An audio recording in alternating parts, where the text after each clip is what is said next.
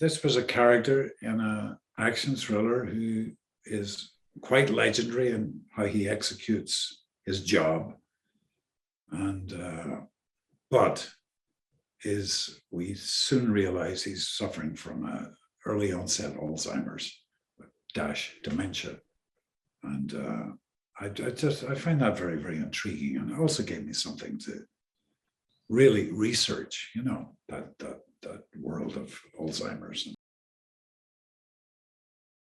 Just how horrific it is and continues to be, where the body gradually shuts down, where the brain can't send signals to the throat to eat, to chew, ultimately to breathe. It's just horrendous. That's some of the documentaries I saw, and just the extraordinary love and care of professional carers, husbands, wives who are looking after their loved ones, you know, and that the person, male or female, who's suffering from this is gradually not able to recognize their husband, their wife, for many, many years, you know. That was awfully sad and fascinating too.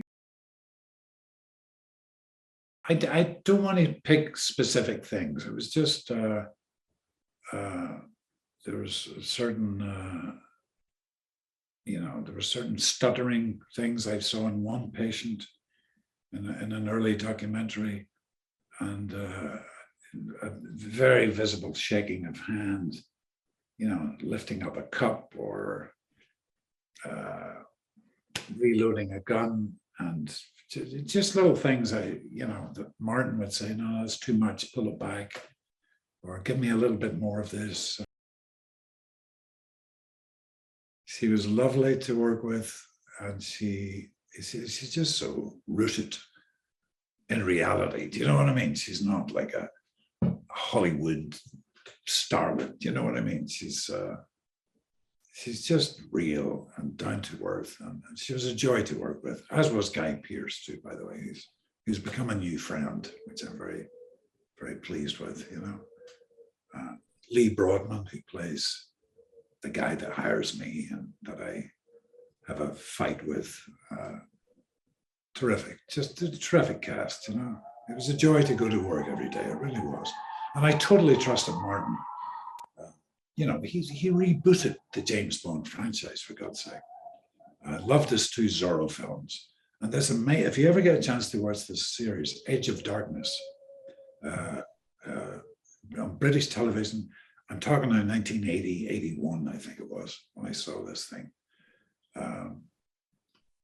With the great Bob Peck, who's no longer with us, great Shakespearean actor. I remember seeing him on stage many years. Anyway, Martin made this TV series.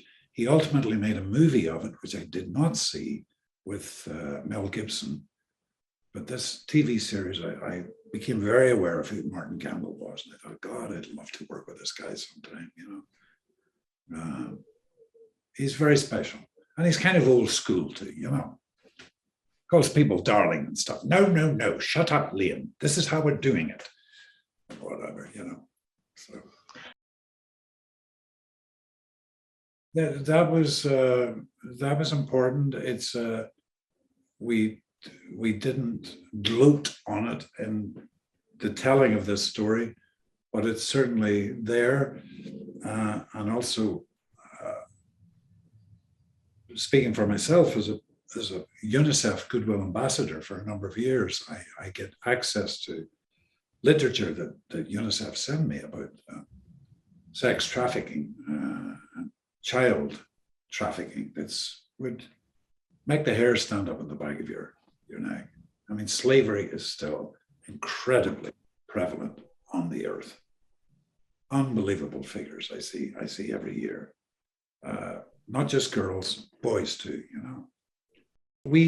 It's in our story. It's